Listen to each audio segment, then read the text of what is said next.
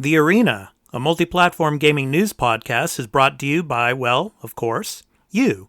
If you want to learn more about how you can support the show, go to patreon.com/expat2020.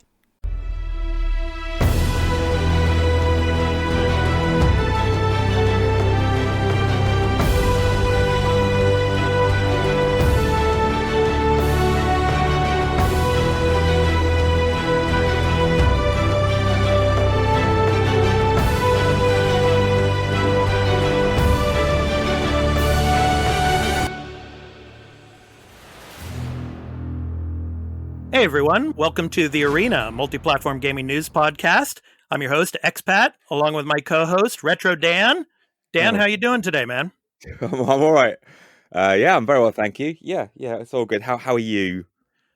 I'm doing good, but I'm a little bit bummed from this week's news, man, because you were perfectly on target, man, with Super Nintendo World. You told me that it would not open in February, and that's the case. Yeah, not a chance. Yeah. We could all see that coming. It's unfortunate, but absolutely necessary. Yeah, unlucky. Yeah. I reckon Olympics, not a chance. I don't know. They're still talking about it. I mean, what they would probably do is, like with a lot of sporting events in the U.S. right now, just have no fans. Yeah, just have it. Just have all the events. Yeah. It's feasible. Okay. Yeah. Okay, so I want to introduce our special guest today. She's a friend and fellow Twitch streamer, and she's also a community member in the Discord. So I want to welcome Chiddy to the show today. So, Hi. Chiddy, how about talking a little bit about yourself and, for example, how you got into gaming and live streaming on Twitch? Basically, are you a PC gamer or, for example, a console gamer? Tell us a little bit about yourself. Sure. I mean, I've been gaming pretty much all my life since I was a little kid. It's basically the common ground that I found with my younger brother. It was the only thing that, we were able to do together. So that's kind of how I got into gaming, and now it's evolved into live streaming. I started streaming back in June. So I haven't been streaming for very long, but it's definitely been a fun experience and a fun project to kick off the ground. And right now I mostly play PC games exclusively, more specifically VR games, which I've come to love dearly, more specifically Beat Saber. So that's where I live. That's my little comfort zone. Yeah. So I have a question for you. With those Beat Saber videos, does Twitch take down any of the music in those streams? Or so far have most of your streams not been flagged by anything? Like, for example, all the music is still in there. Because, with a lot of Twitch streamers and, in the past few months, they've had problems with Twitch taking down some of the music because of the music industry and everything. So, funny enough, I haven't gotten any strikes, which is incredible, but they do go back through the VODs and will remove chunks of songs that are, DMCA protected or copyright, if you will. But no strikes. So we're still good. I think that's good. That's good. Awesome. Game, so. Yeah, and you were playing, what was it? You were playing Stardew Valley the other night? Stardew Valley as well. Yes, I love Stardew Valley. I love the farm, and then I also really, really enjoy playing Overwatch. That's like the only first-person shooter game that I have found some relative type of success with. So I've stuck with it since it came out back in 2016. Will you jump to Overwatch 2 when it comes out eventually? I haven't made a decision yet, but most likely not.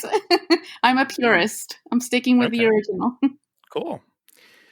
All right. So before jumping into what Dan and I have been playing, I want to tell everyone out there that this episode will be going up on Patreon at patreon.com/expat2020 in early access for the first 3 days after recording. So if you would like to support the show and become a patron at the entry tier 1 level at $1 per month and get early access to every episode, and listen ad-free along with other perks, including exclusive post-show content that we do after every show and special bonus episodes, please visit patreon.com/expat2020 for further details. On Tuesdays each week, the podcast will be uploaded to all the free podcast services where you can find us on any podcast app for iOS or Android, Spotify, Amazon Music, and my YouTube channel, Expat 2020 Gaming. Just download your favorite podcast app or open Spotify and search for The Arena, a multi-platform gaming news podcast. Subscribe, follow us, post a review, and leave us questions, comments, and feedback if you like, if that feature is available there, and spread the word about the podcast.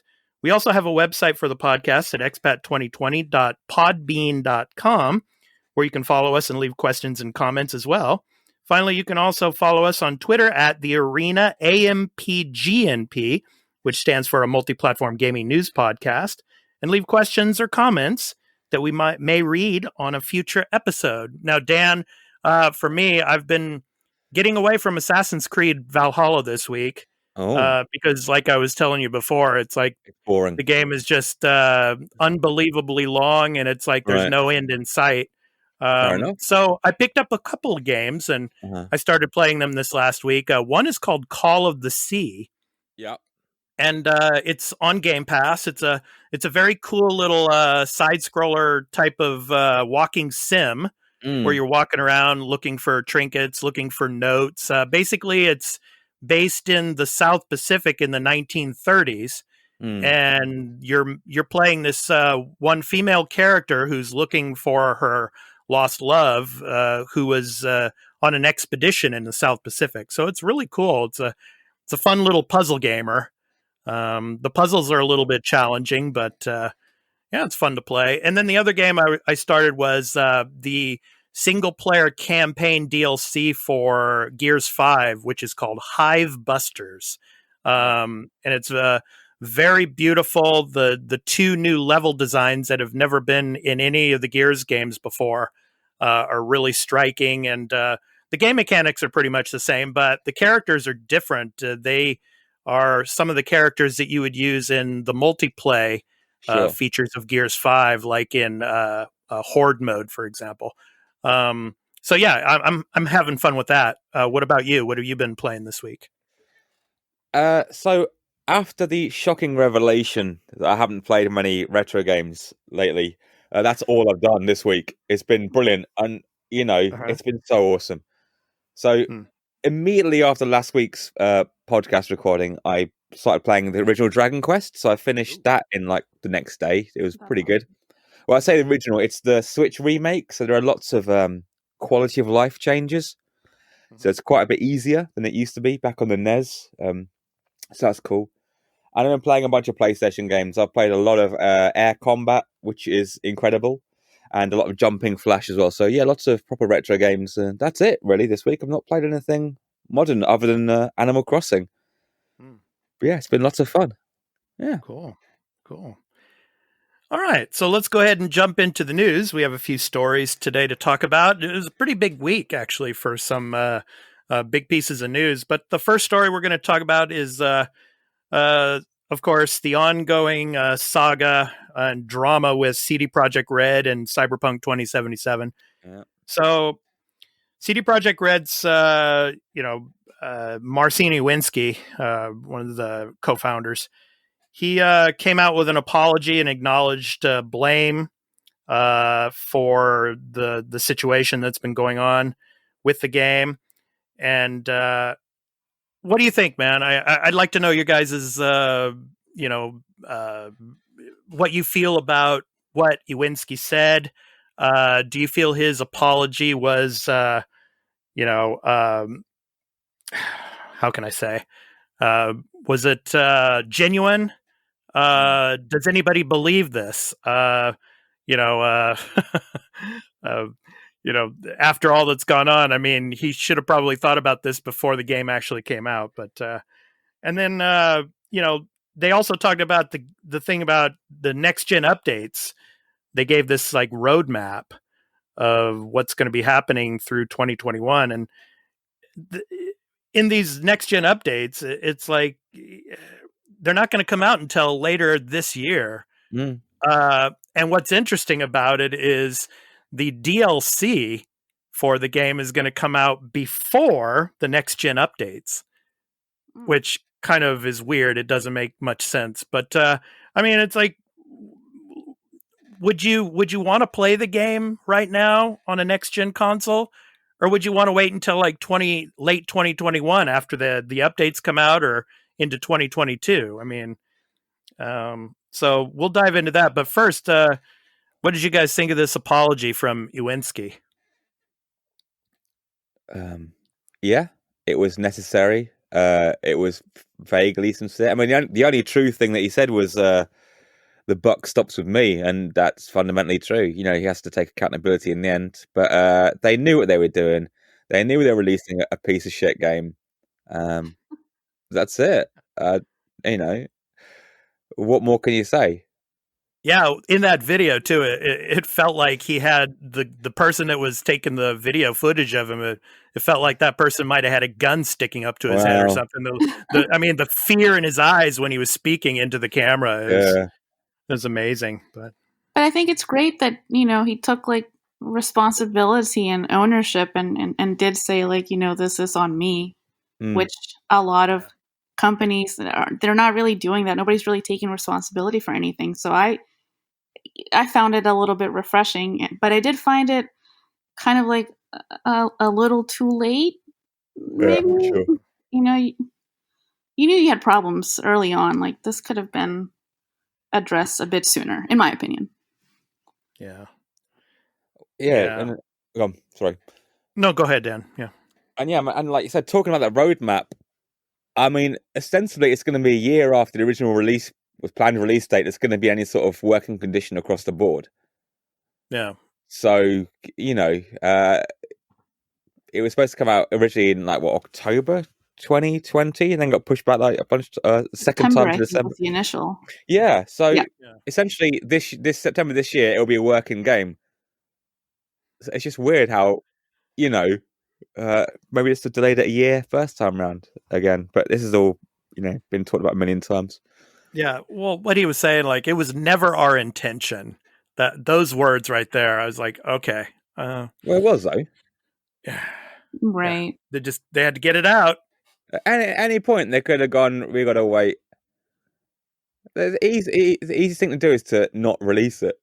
It requires more effort to, you know, get it pushed through the door and get everyone really, really angry than just say, yeah, we're going to take our time. Exactly.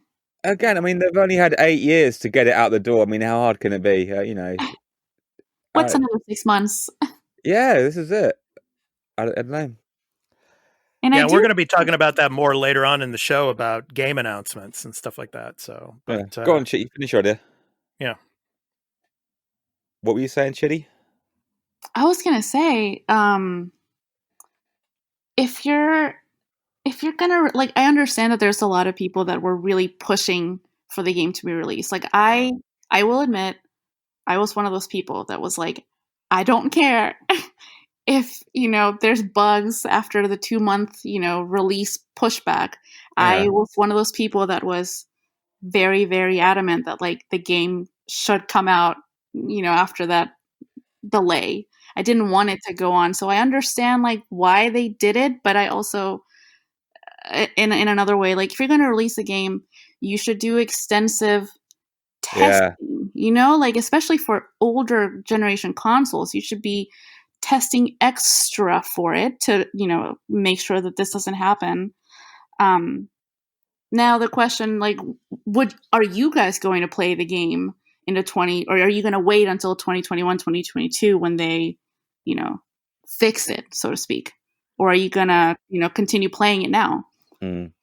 Well, for me, I mean, I played the first hour and a half, but then I started playing Valhalla and, you know, got onto Valhalla. But there's so much other stuff coming out now. I mean, I'll probably wait until the end of this year to play it. With all these other, you know, with the updates that are going to be coming later in the year for the next gen consoles. I was playing it on an, you know, Xbox Series X. I'll just wait.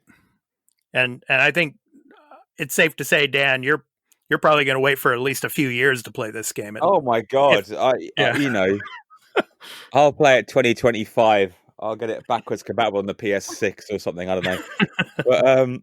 But yeah, it will not be anytime soon. And to be honest, I'm not that. It's even just bugs aside. The reports are it's a bit of a generic game anyway. Like everyone's talking about the technical side of things, but I've only heard a few people say, well, actually, it's kind of as a game, it's all right.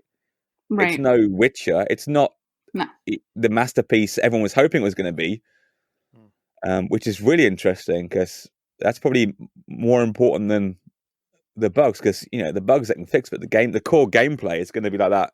That's locked in now. Yeah. And that's what everybody was focused on. Everybody was talking about that. This is going to be a futuristic masterpiece. Yeah. Right. It would have hit differently if they had waited. I mean, I feel like even with like the cop, they try and make this game to be like GTA 5, right? Open world with a star system, and you have police. But when you look at the way that they've used the police system to like spawn these cops, I mean, you've seen videos and you've heard about people that will accidentally kill somebody in the game, and right behind them, out of their field of view, police just pops up and just kill you or whatever. You have no time to react. So like that is an obviously rushed system that they should have tested. They should have done more with. Like it has so much potential, but it just falls flat at the end of the day. And it's like, it's surprising how it got released as it did on the current consoles. I can't remember, what's the story? Did Sony just give them carte blanche? Did Sony say, don't worry, we know you're CD Projekt Red, just put it on the store and we'll sort it out? Because surely, I don't know, but it must have done, right? Because there's usually pretty stringent controls. I mean, there's no way the state it was in, Sony tested it and went, yeah, that'll be all right on the store. They must have gave them the benefit of the doubt before figuring out, oh God, this game is in such a messy condition. We have to take it off the store. Yeah. Go on, Chi. What are you going to say? Sorry. Oh no, I'm good. I'm good. Okay. Well, let's go ahead and jump on to the next story. So this happened this week. We had some big news. Lucasfilm Games, the new logo, and Lucasfilm Games was announced. And the day after that, the first game for Lucasfilm Games was announced.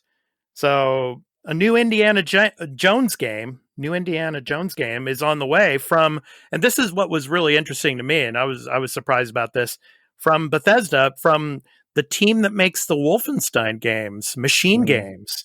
Awesome. Is going to be making this new Indiana Jones game. So, this is really interesting. I'm wondering what you guys have to think. I mean, I don't know if you guys have played any of the new Wolfenstein games, 1, 2, and was it Youngbloods?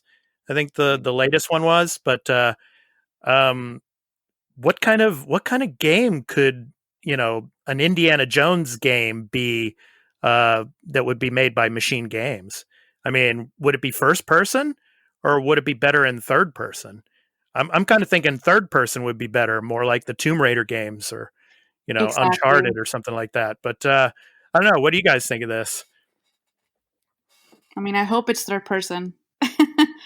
Going, to your point, you think of Indiana Jones, you think of Tomb Raider, you think of third person, you think of, wanting to see Indiana Jones do all of these cool stunts in that beautiful environment that I'm sure he's going to be in. I feel like Indiana Jones is part of the features, part of the appeal is the actual character. So it doesn't make sense to me to make it a first person game. It should be third person. So you actually see him do all the cool stuff that Indiana Jones can do. I mean, that's why I'd want to play it. Yeah. For sure. Dan, how about you? Yeah, absolutely. Yeah, it makes sense. Like an Uncharted, but with an Indy Jones, probably a younger Indy Jones. It won't be a Crystal Skull era Indiana Jones. Yeah.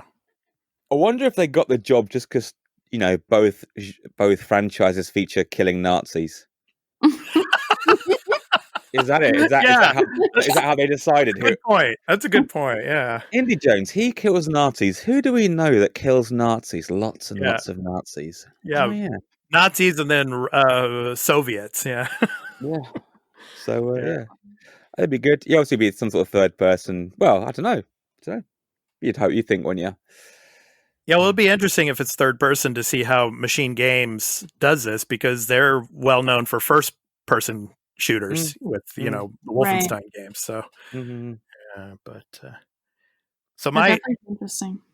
Yeah. So my second question here is, now that Bethesda is going to be under Microsoft now, because Microsoft has made this deal, to buy Bethesda.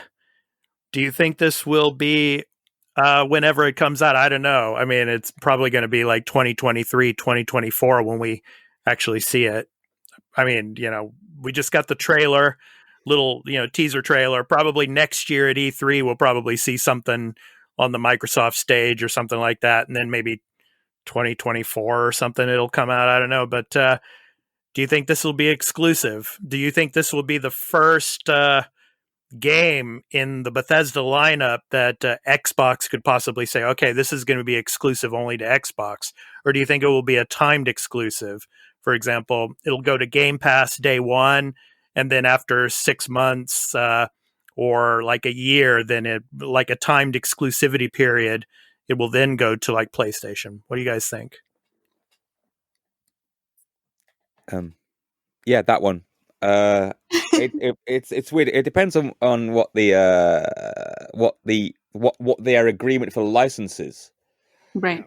So although Bethesda is owned by Microsoft, Bethesda, Lucasfilm Arts or whoever owns the rights to the IP for Indy Jones says, well, no, we want everyone to be able to play this. We want this to be a multi-platform thing. So they might have some say in that. So it most likely, almost certainly, it'll be a timed exclusive, I'd have thought. Yeah, I'm thinking the first exclusive, only Xbox exclusive game out of Bethesda is going to be the Starfield game. I think that's going to be only Xbox only. But I think this is going to be a timed deal. I don't know. I think so too. Kitty, what do you think here? Yeah, I think so too. I don't think that Indiana Jones as a title on its own is that powerful brand wise to be like a permanent exclusive game. Yeah. It just doesn't. If the franchise was a little bit bigger, if there's maybe more hype around it, I'm sure there's like, the hardcore Indiana Jones fans are excited, but I just don't think a title like Indiana Jones could hold as just an exclusive, in perpetuity, versus other, exclusive games out there that really hold their own weight, So I agree with you guys. I think it's going to be a time thing, which is okay. I'm just like we were talking about. I'm really surprised that Machine Games got this. I'm really surprised that like Naughty Dog, wasn't approached for this.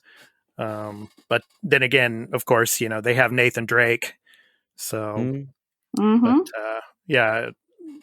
with the mechanics and all, I would think that a company like Naughty Dog would be the perfect, company to make an Indiana Jones game. But we'll see. It'll be interesting to see what Machine Games does with this. So yeah, it might be like the first step of many for them to move in a different direction, and it might be like a good, jumping point for just variety. Yeah. Dan, what was the last Indiana Jones game that came out? Was it in the Lego series? That would have most likely been it. Yeah. And before that, there was a one that came out on the Wii, Staff of Kings, I believe. I think that was a remake of like an even earlier game. Yeah. But yeah, I think the most recent one would have been, of course, the best one, Indiana Jones and the Fate of Atlantis. That's the best one. Classic. Which moves us on to our third story here. The day after that, Ubisoft Massive came out with their announcement, and they are making an open world Star Wars game. So, and this is really interesting because now that EA is no longer going to have exclusivity rights for Star Wars games, you're going to probably see a lot of other companies jumping on board and trying to make, Star Wars games. So Ubisoft Massive is the first to come out and announce they're making an open world Star Wars game. So, what other companies besides Ubisoft do you think would be good bets to make Star Wars games? And what are some dream Star Wars games that you guys would like to see happen in the future? Oh man. Dan, I'll let you go ahead. Oh, bloody. But first, before we go into that, can we just agree that EA losing the license is amazing? And then can we also agree that they absolutely pissed away that exclusivity license? Oh, yeah. It was like 10 years and only like 2 or 3 games. Absolute waste. Complete morons. Congratulations. 2 generic shooters, an excellent third-party adventure game, and a very decent space combat in like 10 years. Yeah. What a complete mess that was. So well done. They could have made... Oh, anyway. But so, yeah, Ubisoft. So there's a new Star Wars open world game coming out. Yay! It's by Ubisoft. Yeah, the Ubisoft Massive was responsible for The Division 2. So you figure that it might be a third person open world Star Wars game. Most likely, yeah. Because you want to get that, you want to see the characters and that sort of thing. Yeah. You want to be involved in that. So yeah, I imagine it'd be a third person kind of thing anyway. But yeah, that's cool. What would I like to see? I'd like to see I'd like to see more space combat. I want to see a sequel to Squadrons. That'd be good, but that's by EA. That's by the by. Who'd make a good Star Wars game? I mean, I think LucasArts obviously is they're the ones that know the ins and outs of the franchise, and that I feel like they have a better idea of the fan base. They probably listen to feedback a lot better. I mean, like Electronic Arts, they're just like the publisher, really, and they just like. I'm glad that they lost the exclusivity, but at the same time, it might be like too many cooks in the kitchen, Yeah. It might make the game a little bit diluted. Yeah. Let me just point out too that even though EA has lost or will be losing the exclusivity rights, they can still make Star Wars games. And Battlefront 3 is already, on the back burner probably right now. So yeah, exactly. Oh my god, something's happened. I'd like to see Rockstar make a GTA style Star Wars game. And that you're dumped in Coruscant, right? You're dumped in Coruscant as a low-level thug, and you've got to make your way up to the Black Sun or Red Sun. What is it? I can't remember. Just let CD Projekt Red make it, man. No, let's not. Another Cyberpunk Star Wars. Yeah. Coming out in 2035. That'll be amazing. Yeah, exactly. Yeah. That would be so cool. I have like 2 games. So I love real-time strategy games. Age of Empires 2 is my all-time favorite game, probably like after RuneScape, which is not an RTS, but I would love to see a Star Wars Age of Empires type real-time strategy game where you can like see, the platoon of troopers and AT-ATs, and you've got your spaceships and you get to strategize. Like, I would love to see that, because that's not a category of gaming that's like super on the forefront, like super popular. Like, there's a following for sure, but it's not, like, it's just not popular. So I would love for that category to get a little bit of the Star Wars love. Or if they did Knights of the Old Republic 3 and you just pick up right where you left off, that would be sick. I would love to see that.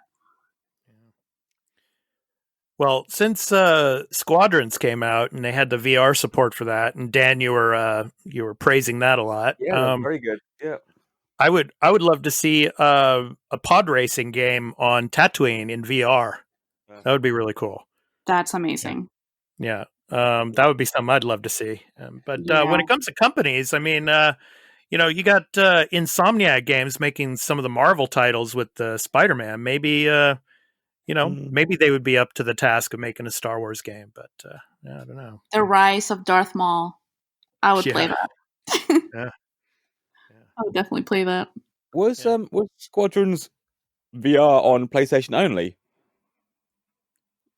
That's a good question. I think if you had, maybe it was also Oculus supported as well. Yeah. I'm not sure on that. But so I was going to say, Chiddy, Chiddy's the VR expert. Yeah. Tell us all about it, Chiddy. What was it like? Have you heard anything about this? So I can't. Just as a disclosure thing, I cannot play any games where I am flying through space because I still get the motion sickness. I have to take anti-nausea medication if I'm going to play a game other than Beat Saber. Yeah. Because the feeling that you get when you're, flying through space and doing loops and whatever is insane. Like you have to basically play with a fan blowing in your face so you know what direction is which in the real world.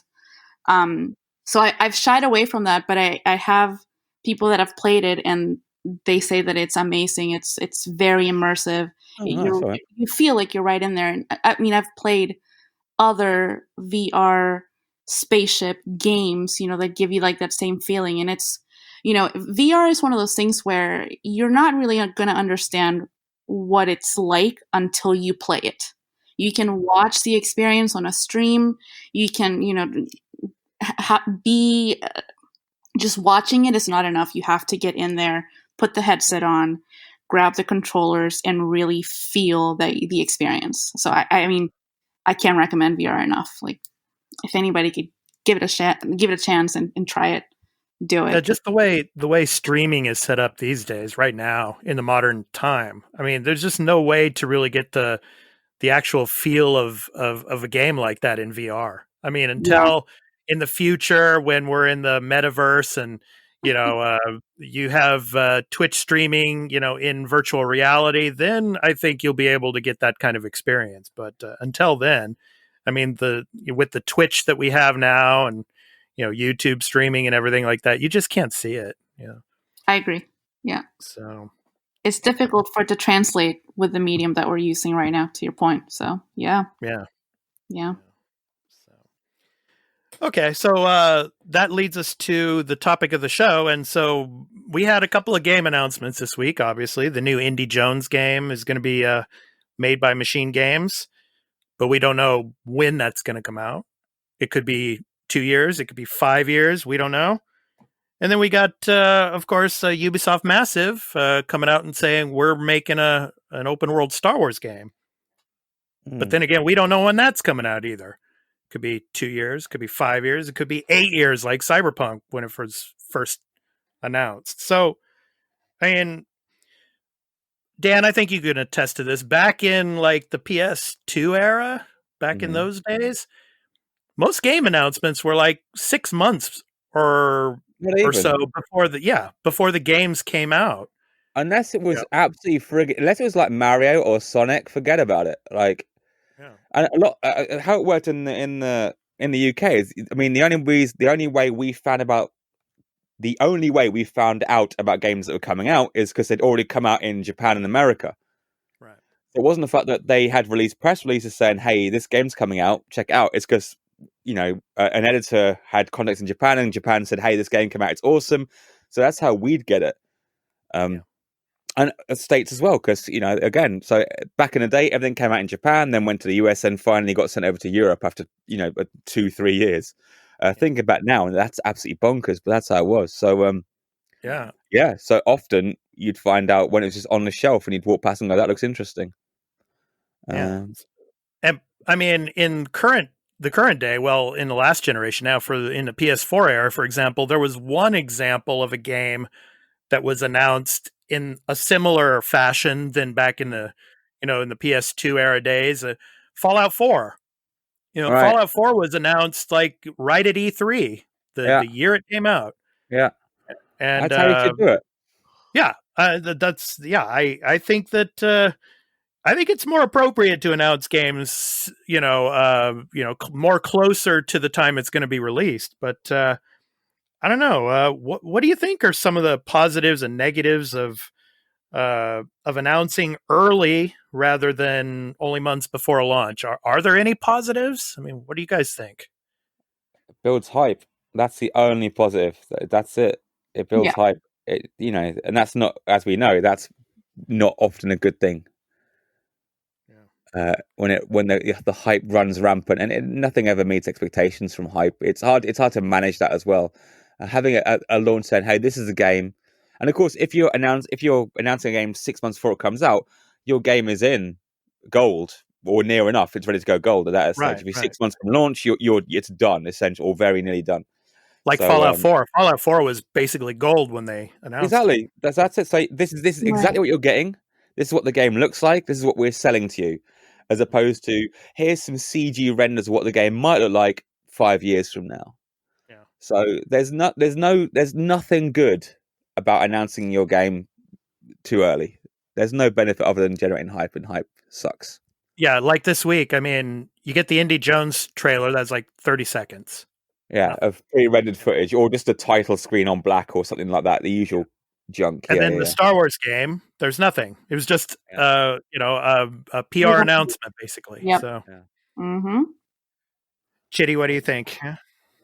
And to Dan's point, I don't think that announcing a game, too early or like, way early, is doing anybody any favors, right? Because you're basically setting the fan base to have an expectation. If you, for example, with Star Wars, they just said we're going to develop it, but like, I'm sure they're at the very, very early stages. They probably don't have anything really built. So like what could happen in 8 years? They might come across something that impedes them from completing the project or completing the game. Then you have all of these people that have been waiting for, years for this game to come out that might actually never come out. I mean, you don't know what's going to happen from here until God knows how long. I mean, they didn't give us any specifics. They just said we're going to make the game. That I don't think that there's anything positive in doing that whatsoever. I mean, you think about Watch Dogs 1 when it was, when they had the teaser trailer on E3. You had similar thing that a lot of, game developers and companies do is they'll give you a teaser, and it's nothing like what the actual game really looks like. I mean, you look at like, Watch Dogs, you're walking through this like dusty, smoky environment, in the trailer, and then people bought the game and they were like, this doesn't look like what was on E3, it's false advertisement. So I think it just depends on how you do it. If you're going to announce the game early and you're choosing to put little teaser trailers, make them look like what the game is actually going to look like. Don't doctor them up. Don't, hype them up to be something that it's not. And I feel like if you're going to announce it early, you should have a limit, right? So I feel like for me personally, when I think of how long I'm willing to quote unquote wait for a game, I would say maybe like a year and a half is enough hype because, let's say you announce it now, you get this hype going for, a few months, it's going to die down. And by the time, the year comes around, let's say I'm going to release a game in 2022. I can say that now here in the year 2021, January or February, whatever. What month is it? I don't even... It's January, right? No. It feels like it's been a month already. But yeah, I can announce a game and say I'm going to release it in 2022. That gives it enough time for you to work out the kinks. It gives the fans enough time to kind of hype it up. But it also gives you a little bit of wiggle room to kind of, come back and announce like, okay, I'm going to release the game the fall of 2022 or what have you. So you can give yourself a little bit of room to work out the kinks and work out the bugs or whatever, you might be dealing with. And then if you like break it down even further, I feel like maybe like the big titles should be the ones to release information or announcements on games.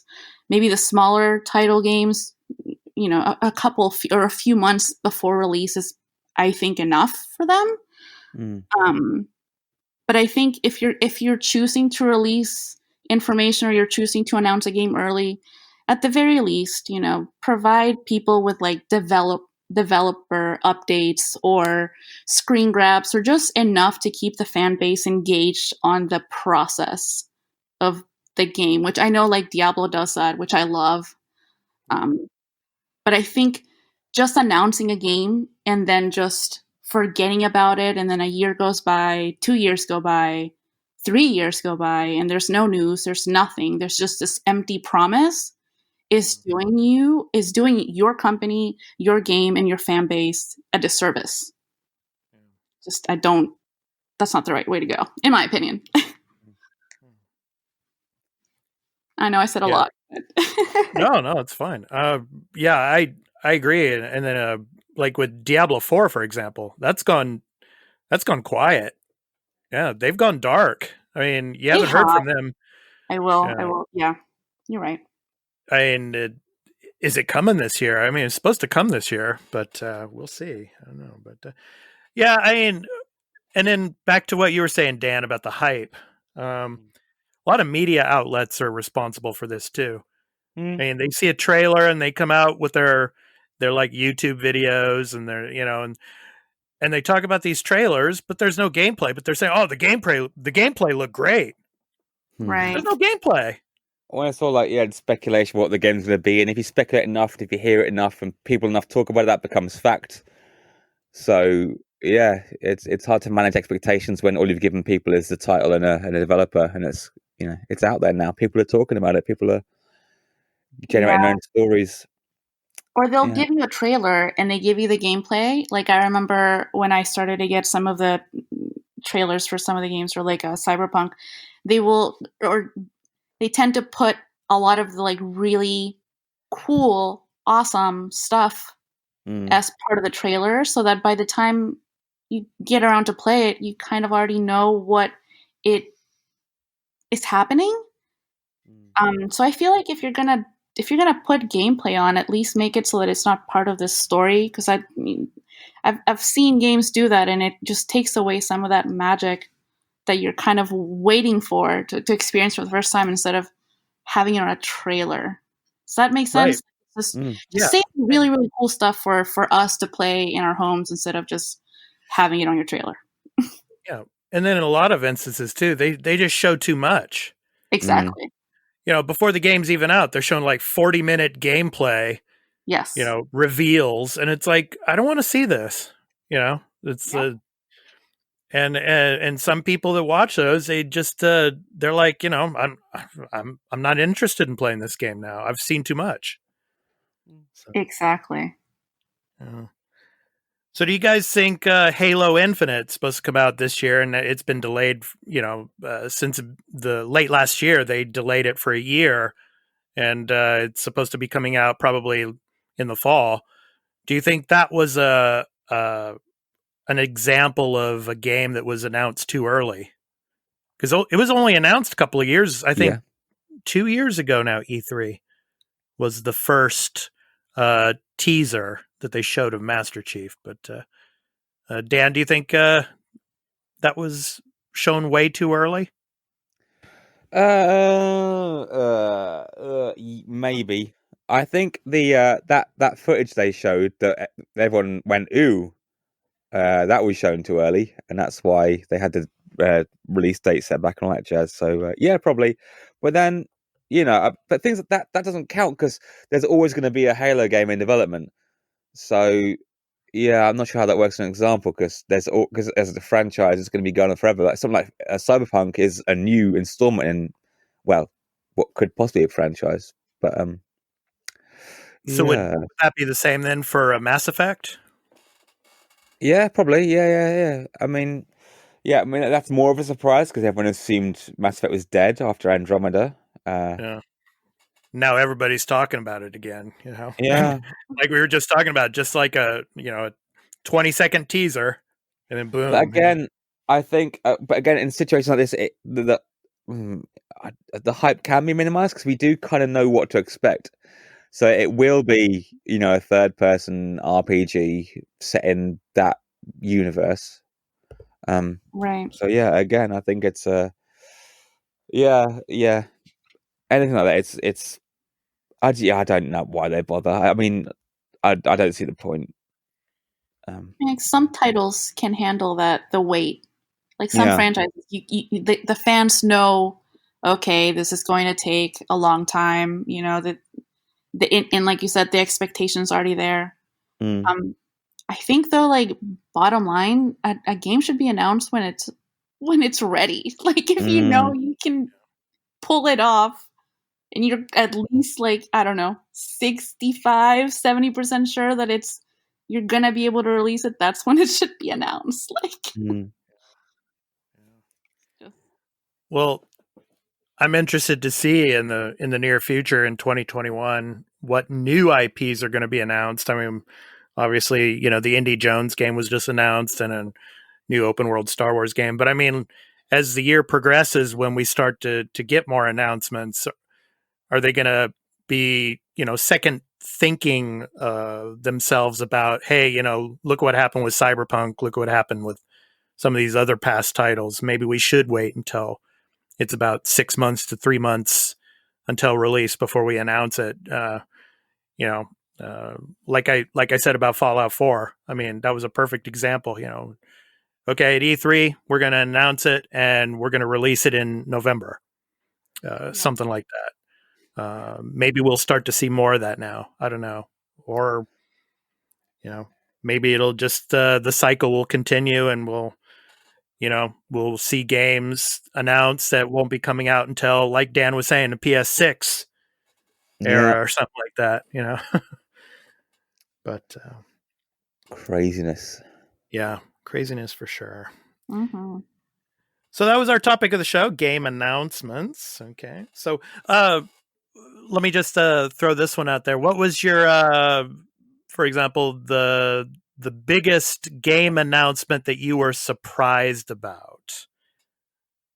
A brand new game that was announced and it came out relatively quickly. It didn't sit on the burner for years and years. I mean, is there a game that you guys remember that you were really excited about and it came out quite soon after it was announced?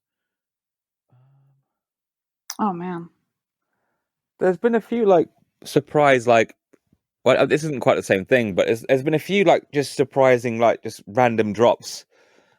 They'll go, oh, and here's a game. Oh, and guess what? It's out today. That sort of thing. They've been quite good. I quite like those. I can't think of any examples right now. But I know it's tough. I feel like all the games that I've that I follow or that I like just have taken a really long time to come out, and the games that I've kind of discovered have been just really just word of mouth. Like it's kind of like, for example, Hades. That's a game that. I mean, it's amazing. I don't know if you guys have heard of Hades or ever played it, but it was like an overnight it's a great game. Yeah. Same makers of Transistor. Yeah. Transistor was another great game back in the early PS4 days. Yeah. So it's just, some games, some games don't need the announcement. They're good on their own. They're quality games. I mean, the artwork, it just really depends on what that game is. But I know for me, typically I have to wait years. Like, for example, with Overwatch, I had to wait a long time for that. And Diablo, that's, Diablo fans. We wait. That's what we do. Yeah. We wait. I think for me, Resogun, when the PS4 came out, that was a real surprise. And I think it was, Dan, I don't think it was really announced. It just came out. I don't think they had a long announcement for that at all. It would have been part of the, what's available at launch, but I don't think it got much fanfare, maybe. I could be wrong. Yeah. But, I mean, that really surprised me. And I loved Resogun. I mean, that was probably one of the best PS4 titles to this day. I mean, an arcade-style twin-stick shooter. Yeah. Yeah, it was good. Yep. Okay, so that was our topic of the show. So now, next up is Dan's retro topic of the week. So, Dan, do you want to give us a little bit of a heads up on what we're going to be listening to? Because it was pre-recorded again this week. So, what do you got for us this week, ma'am? So this week I'll be talking about a documentary I recently watched, a Blu-ray actually I got for Christmas. It's called Bedrooms to Billions. It's the third in the trilogy, and it's all about the PlayStation. Cool. Which we all know and love. Yes. All right. So we're going to go ahead and listen to that now. So let's go ahead and enjoy.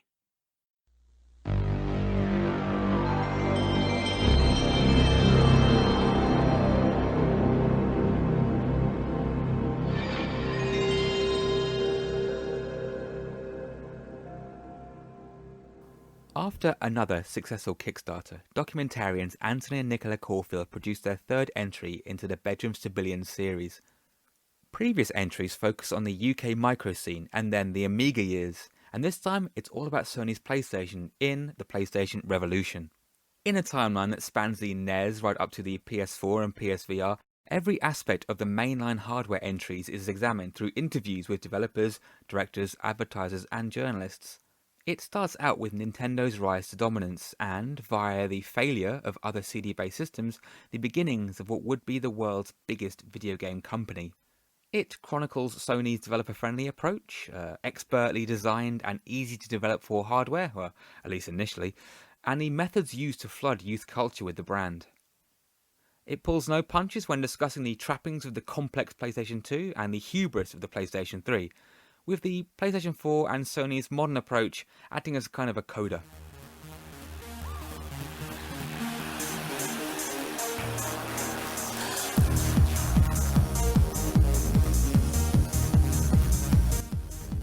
Revolution is an entirely apt description for the disruption that the Sony PlayStation caused. It buried the Saturn and in time killed off Sega's hardware division, and knocked the mighty Nintendo from the top spot. And all because Nintendo stiffed Sony. It's a glorious tale of revenge and the desire to make gaming cooler. And it's really, really good. It's quite long, clocking in at just under 3 hours, but if gaming history is your jam, the time will fly by, which is a claim the other entries in the series maybe don't share. There's a decent level of detail without getting too technical before the focus shifts to the software and promotional side of things. What is interesting about this entry is the focus on Japan. While the original Bedrooms to Billions explored the 80s micro scene in the UK and the Amiga years examined US hardware development culture, the PlayStation Revolution documents the development from scratch of a brand new console by a company that was known only for its consumer electronics. Legendary Japanese game developers are often quite reluctant to give interviews, unless it's Hideo Kojima, who appears happy to talk to anyone at any time. Yet the creators of this documentary were able to secure lengthy interviews with many of the great Sony developers.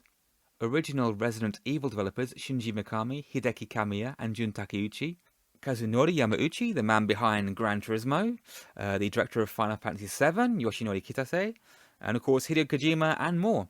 And I'm really grateful they didn't go with overdubbing the interviews. Ken Kutaragi, the father of PlayStation, doesn't make an appearance, neither does Shuhei Yoshida or Kaz Hirai, but the inclusion of people who were instrumental in the initial planning and development of the hardware and early games is very welcome. Being a UK-based production, there are also interviews with UK developers, many of whom appeared in the previous series installments. It's surprising how global PlayStation launch was. Sony gathered up devs from all over the world, and it still feels strange that not only were UK devs instrumental in the success of PlayStation software, but also had input in its hardware design. There are a few things I would have liked to have heard more about. There's little to no talk of peripherals like the DualShock or Pocket Station, and the PSP and Vita are completely ignored. They touch briefly on the PSN and the store, And shockingly, there's no talk of the PlayStation Home, that PlayStation 3 3D social gaming environment thing. But at almost 3 hours, they couldn't possibly fit it all in. There are bonus features on the disc that cover Net Yorose, the programmable PlayStation, and more information on the making of Wipeout. There's also talk on the director's commentary of the masses of extra footage they recorded, and hopefully this can be used in future projects. And the director's commentary is worth listening to, as it features people who worked on Tomb Raider, people who worked in media, and people who worked within Sony itself, and directors Anthony and Nicola Caulfield. They throw out side stories and anecdotes that are, really fun to hear. Bedrooms to Billions, the PlayStation Revolution, is available on Blu-ray and on demand at Rebellion.com and Amazon Prime Video. Okay, so that was our retro topic of the week. So thanks, Dan, for that. It was really cool, man. The thing that I really loved about, this era and what you were talking about with bedrooms to billions, the PlayStation Revolution was the situation with Nintendo and Sony, and how Nintendo just stiffed Sony, and they actually had some hybrid Nintendo PlayStation consoles made.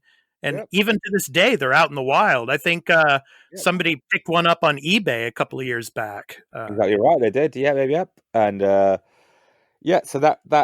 so a prototype was found. I think in someone's attic, as the story goes, and it got sold. And I think the guy who bought it actually enlisted the help of Ben Heck. Ben Heck is a famous console modder and engineer, essentially. And now this is either good or bad, but well, actually, it's bad. They took it apart and replaced a bunch of parts to get it working again, which means now it's essentially valueless. It's a piece of shit. But they actually managed to get it up and running. It doesn't really do anything. It boots to a BIOS menu, so I'm not sure if there's any software available for it. Maybe there was. I can't remember the story now. But so they got it working at the cost of killing the machine as it was, ruining a precious artifact. Yeah. Oh, damn it. Yeah. Yeah, and the repercussions of that. I mean, PlayStation, was born basically out of that. And I'll never forget when Steve Race went up on stage and was announcing the first PlayStation, and he showed up, Tom Kalinske, with Sega, and just came out with that price. Boom, one word, and then just left the stage. Yeah. That was the start of the history of E3, basically. So. Yeah, that was the first E3, wasn't it? Yep, first E3, man. Yeah, and it was a it was a memorable one, that's for sure. So yeah.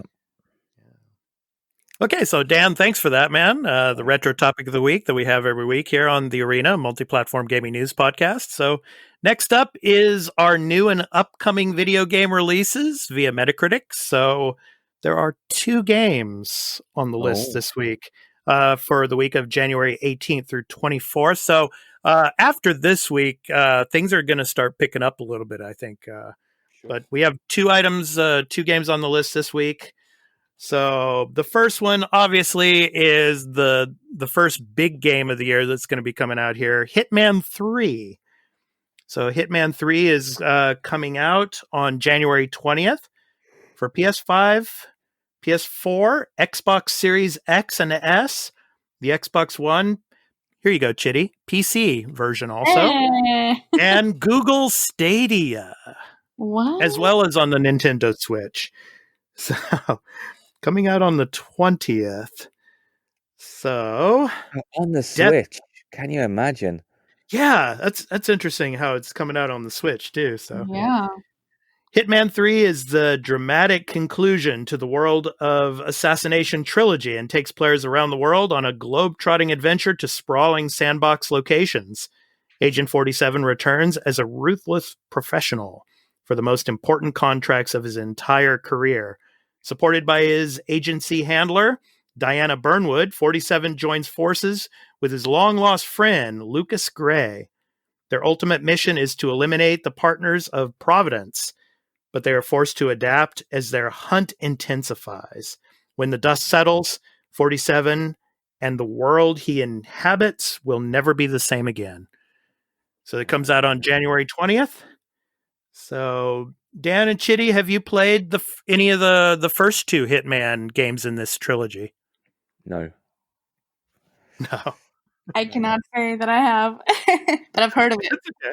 But I have played the first game in the franchise back on the PC back in Lord knows when, like 90s, I think, maybe. Actually, probably early 2000s, maybe. I can't remember. I played that. I played Absolution on the PS3. That was all right. Mhm. It was right. It was Mhm. quite fun. Have you played the new ones? I've played the first one, but I never had a chance to play the second one. So too much other stuff out at the time. So Yeah. the first one was fun though. I liked the mission in Hokkaido. That was pretty cool. So Oh yeah. yeah, Oh, good. yeah. Okay, the second game on the list, Ride 4. It comes out for PlayStation 5, PlayStation 4, Xbox One, Xbox Series X and S, and also on, Chitty, here you go, PC. Yeah. So choose among 176 officially licensed bikes and ride on 30 tracks all around the world. Carefully designed with an extraordinary level of detail. Every asset has been created starting from CAD data, laser and 3D scanning to achieve precision down to the smallest detail. It lets you enjoy the best two-wheel racing experience ever. So comes out on January 21st. So have any of you played Ride 4 or the Ride series, I should say? No, it's not my cup of tea. It's motorbikes, isn't it? Mainly Ride. It is. Yeah. So yeah. No. So those are the two games coming out this week. Obviously, those two, I would pick Hitman 3. So, Dan, how about you? Hitman 3 or Ride 4? Probably. I might go back and, I mean, invariably there's some sort of trilogy bundle pack released in a couple of years' time. I'll probably just pick that up for pennies. Get all three games at once, maybe. Yeah, well, what's cool about this too, you can dust off your VR headset and you can that's right. You can play them all in VR. So. Yeah. Oh, yeah. Cool. Chitty, would you play Hitman in VR? No.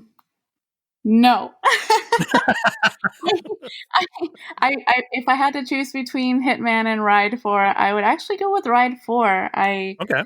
I don't know. I like motorbikes and racing games.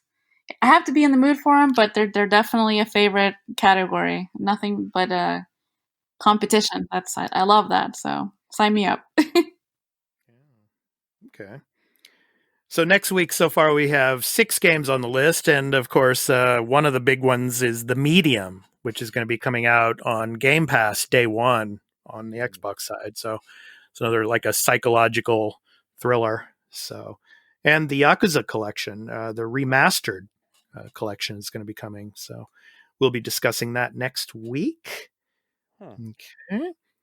All right. So let me go ahead and go here. So before we conclude the episode, I want to let everyone know where you can find me on social media. On social media, you can follow me on Twitter and Instagram at expat_2020 and on my YouTube channels, Expat 2020 Gaming, where you can see my latest videos related to new game releases, game trailer impressions, live streaming clips, and highlights, as well as this podcast once uploaded to free podcast feeds on Tuesdays. And actually, I have a new video up just that I uploaded today, which is a preview of Hitman 3. So if you get a chance, please check that out on my YouTube channel, Expat 2020 Gaming. Additionally, I can be found on a new YouTube channel as well called The Arena Citadel, which will be our new hub for live YouTube gaming and entertainment-related content. You can also find me on Facebook at Expat 2020, and I have a Discord server named the Expat 2020 Arena, where all of you are welcome to join and support other content creators, discuss anything and everything related to video games, promote your video live streaming, as well as leave questions and comments for the podcast. I'm also a live streamer and a Twitch affiliate, and you can catch my live streams on twitch.tv/expat2020 as I do gaming live streams and a supplement to the podcast Monday through Friday called The Arena, a multi-platform gaming news weekday live stream. Which the Friday live stream edition will be uploaded to the Arena Citadel YouTube channel. But this week, actually, Dan, he filled in for me because my son was taking his his university entrance exam. So That's the cover I wanted story. to be him. Yeah. So I want to thank you for helping me out with that today, man. Really appreciate it. My pleasure. It was a treat. Awesome. Thanks, man. Yep. So, yeah. And finally, you can also find my website for gaming content at expat2020.live. So that does it for me. So, Chiddy, where can people find you on social media? Oh, boy. You mean aside from Twitch, it's Twitch tv.tv/Chiddy with 2 underscores. And I'm only on Twitter, and that is Chiddy TV. Okay. Awesome.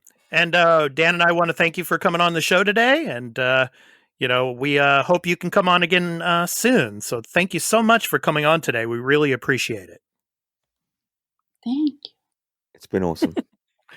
Dan, where can people find you on social media, and what's going on for you this week?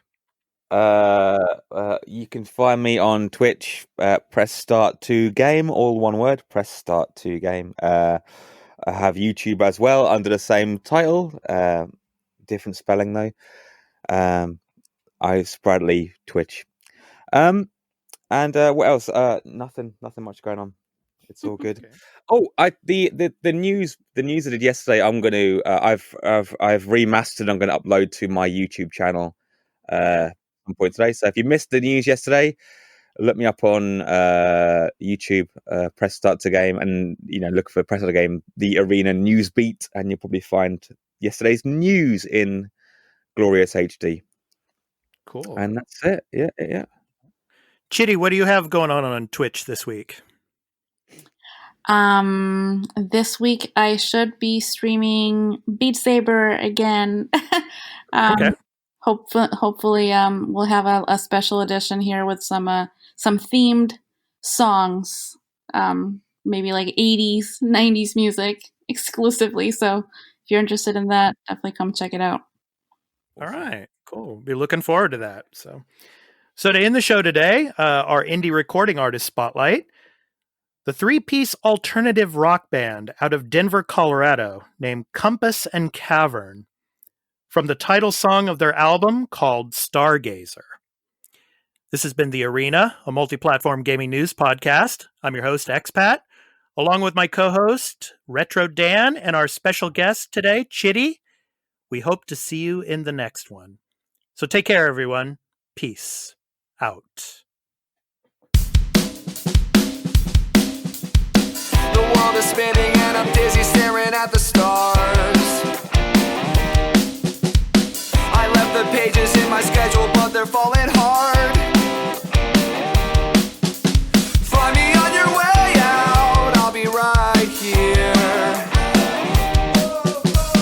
The world is spinning and I'm dizzy staring at the stars. They don't seem so far. The sky is sunny, but the clouds are running in my head. I'm thinking maybe I would rather play the part instead. Don't know what to say now, I'll get my eyesight checked. But I can listen while I'm wishing, staring at the stars. They don't seem so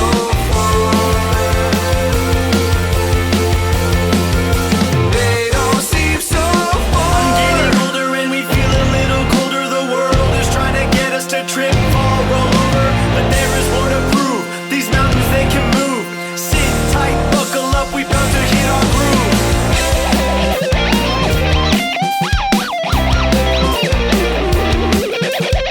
I'm closing chapters, looking backwards, and I'm making sense. I'm interested in all that flourishes from ignorance. Nothing in my way now except for my own years. The world is spinning and I'm dizzy staring at the stars. They don't seem so far. They don't seem